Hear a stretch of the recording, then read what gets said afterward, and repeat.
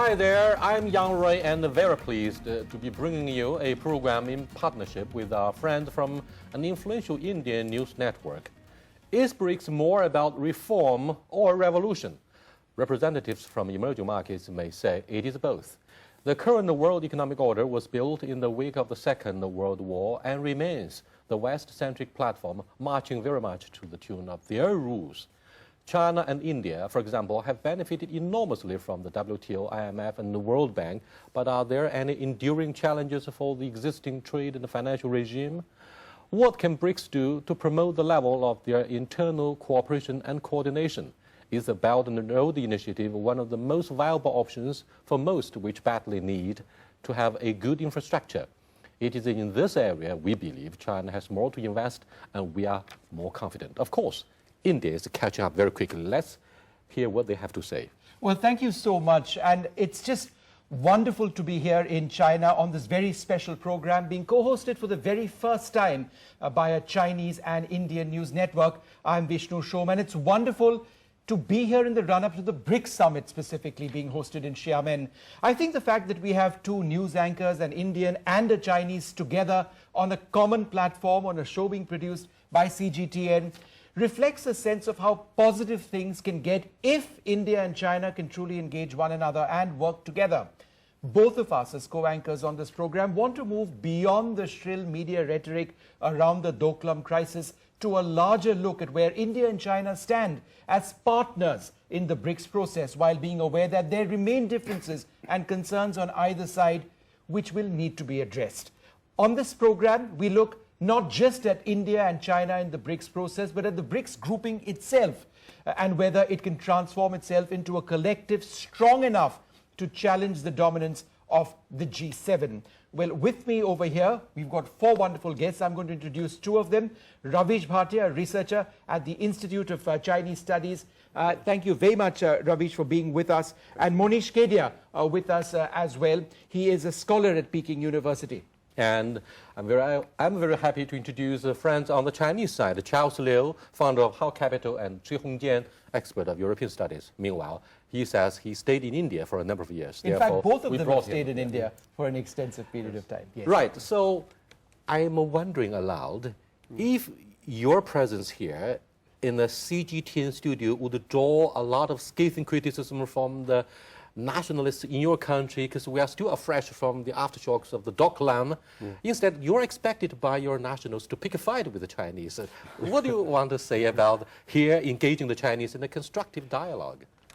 I think that's why we're here, and the reason why a lot of the crisis emerged from the present situation was that there was a lack of understanding of voices from the ground up.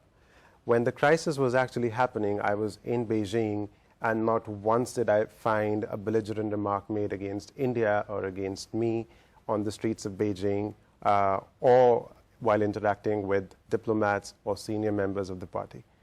With professors, with students, it did not exist. A lot of the shrill actually just came from the media, as you rightly mentioned, which in a way sort of complicated the diplomatic process. I tend to agree with that.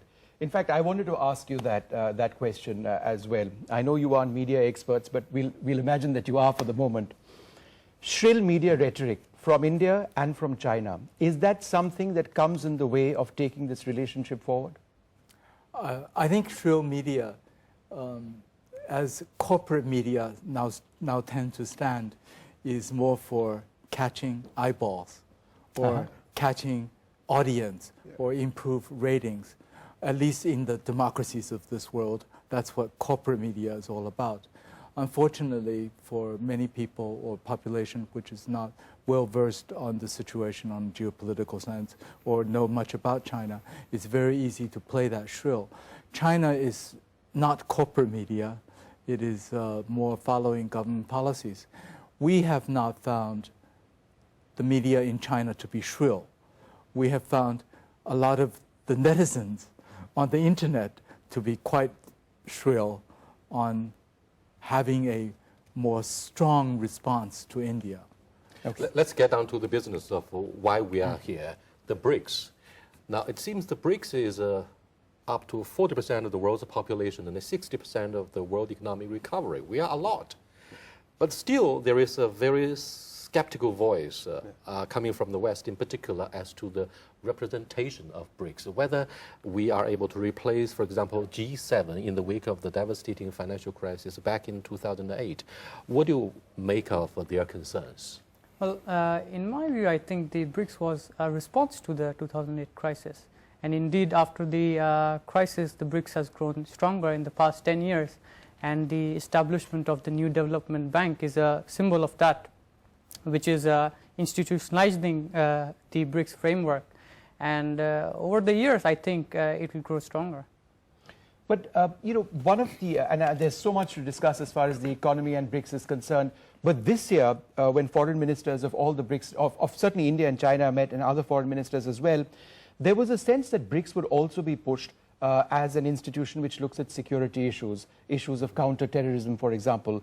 Realistically, do you see that happening, given the fact that India and China seem to be having issues when it comes to how terrorism needs to be dealt with? Yes, I do believe that even now, as we know, the origin of BRICS certainly focus on the economic issue and trade investment, especially how could these emerging markets like China, India, how could we have some more contribution to help the reform or reshape the global economic governance. But undoubtedly, I think now especially wider and wider, we should have some more vision about how could we try to create a more favorable environment for economic development. That's what you mentioned. How could China, India, and some other members of BRICS, we could get some more joint effort to deal with some very pressing security threat and like counterterrorism. Yeah. Because as we know, especially because China, India, we are neighboring countries, so we shared a lot of common interests to deal with this issue. But then is it a concern for you at one level if, on the one hand, India and China, and it's our stated position, we want to look at counterterrorism, and China has repeatedly said, as India, that there has to be one global standard as far as dealing with terror is concerned. On the other hand, we've had India repeatedly request China to designate Maulana Masood Azhar and Hafiz Saeed as international terrorists. The Hizbul Mujahideen chief and the other one. And the fact is that China has still not done it. Does that represent some sort of a potential challenge as we try and take BRICS to becoming a security organization? Our Indian friends show a lot more interest in the issue of security, particularly in the area of fighting terrorism. However, we have differences about the definition of terrorism that varies a lot depending on I thought there's only Kashmir, one definition. But Kashmir is not... Come on, I had 2 hours of discussion with a senior expert of counterterrorism in Tel Aviv a couple of years back. But my question is very much about the economic issue. But can you have an answer to what I was asking? Because I think it's an important issue. That here is the area where Indians and Chinese disagree. Whether the centerpiece of the BRICS summit should be about security issues or economic. It is security issues, and this is security and counterterrorism. Your take. Yes, thank you for the question.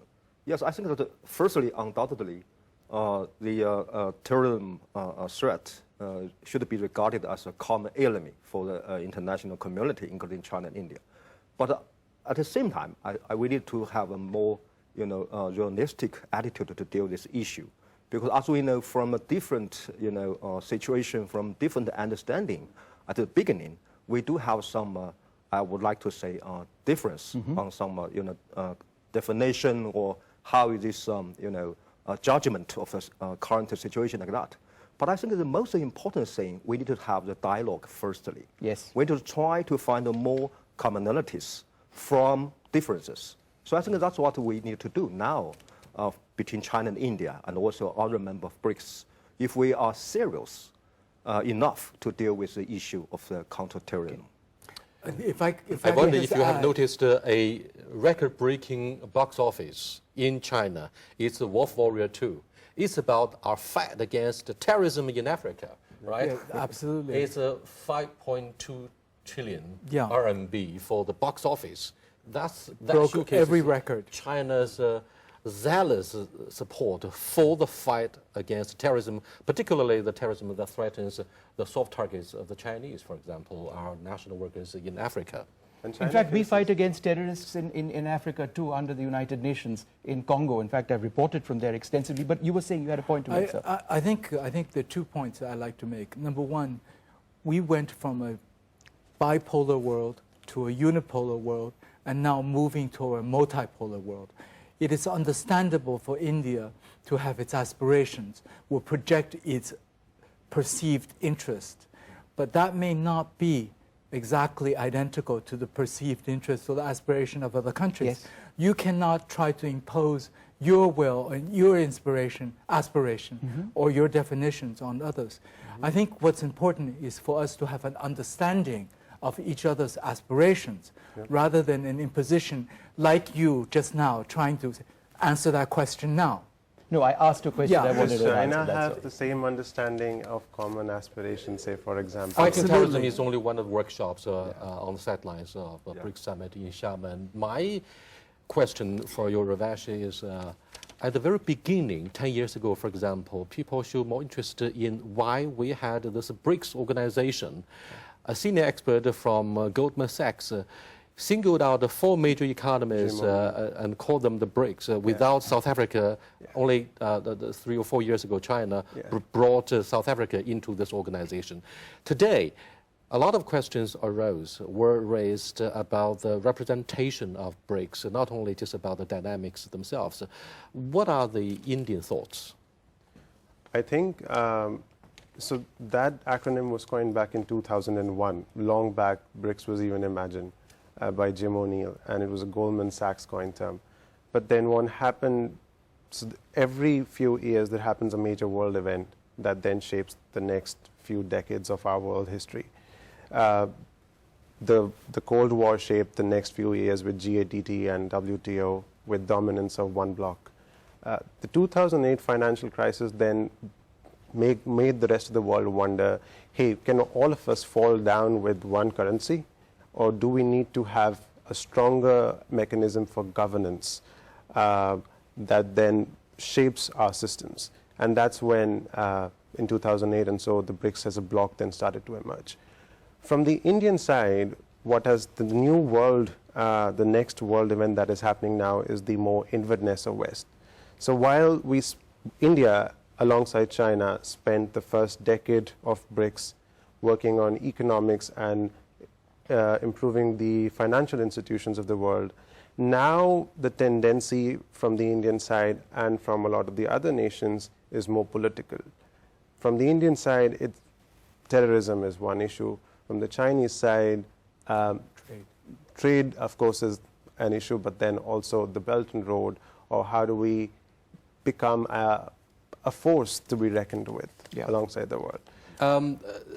Kedia or Monish, the follow-up question is, not only China's economy a lot bigger than the rest of the BRICS combined, but we are talking about the BRICS Plus to enlarge this organization, which still doesn't have a secretariat yet about the organizational routines.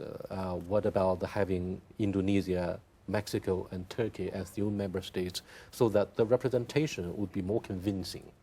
Right. I think in terms of representation, and as you said, there are differences among the existing members itself. I think there is more opportunity than as you see a conflict. So if China has a bigger economy and has a capacity to invest in other economies, I think the BRICS can work together.